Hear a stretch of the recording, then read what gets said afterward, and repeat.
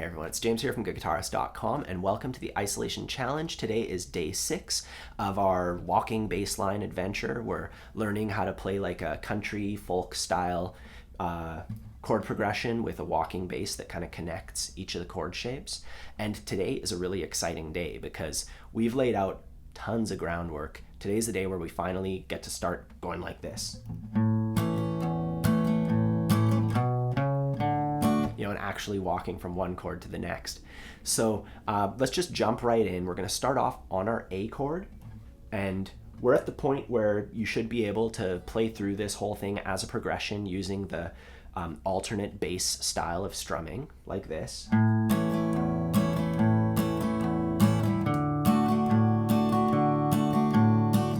And basically when we look at that, like over the A chord, we kind of have 4 little units.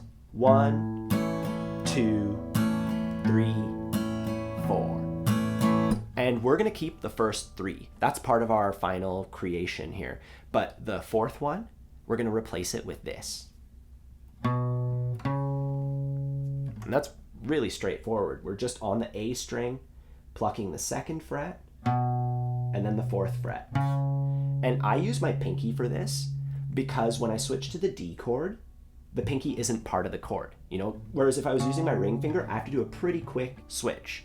Now, that melody is so incredibly simple. We don't really need to isolate it. Just try it a couple times going 2, 4, just to make sure that you're playing the right notes. And once you've done that, we can put that into an exercise that's gonna help us integrate it with the chord shapes.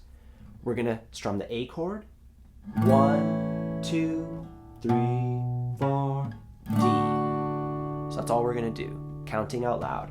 1, 2, 3, 4. 1, 2, 3, 4. 1, 2, 3, 4. 1, 2, 3, 4. And you can play your A like this. Or, if you want, 3. You could play it with just one finger. 2, 3, 4. They're both really good options, so no worries, whichever one you pick. Either way, 2, 3, 4, 1, 2. That's what I want you to do. 1, 2, 3, 4, 1. Cool, so that's our transition from A into D.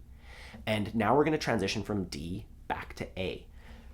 So we're on our D chord, and then our notes are 4, 2. So it's the same 2 notes, but just reversed.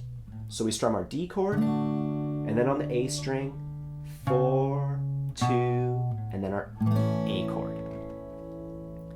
So let's try that the exact same way. We're gonna go 1, 2, 3, 4, 1, 2, 3, 4.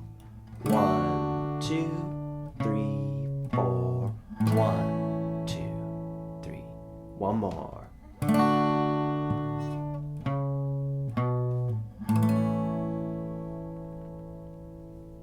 All right, so we're halfway through our progression. We're back to the A chord now, and we're going to be walking down to E. So our notes are going to be different this time. We're going to be on the thickest string. We're going to go 4, 2 on the thickest string. So it's the same frets, the whole time it's just 2s and 4s. And to work it in with our chord shapes, same deal. A, 2, 3, 4, E, 2, 3. Let's try that together, nice and slow. 1, 2, 3, 4. 1, 2, 3, 4. 1, 2, 3, 4. 1, 2, 3. Again. 1, 2.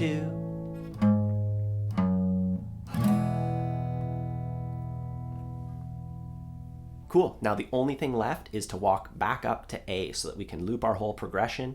Our notes are on the thickest string, 2, 4. So the same 2 notes, but just reversed, So that kind of makes sense, right? Like when you're walking from A down to E and then going from E back to A, you're going to take the same path to go between the 2. You're just going to take it backwards on the way back, So we're going to start off on our E chord. 1, 2, 3, 4. And by the way, I'm counting. I'm not saying what frets I'm playing. So E chord, A, 2, 3, 4. 1, 2, 3, 4. 1, 2, 3, 4. 2.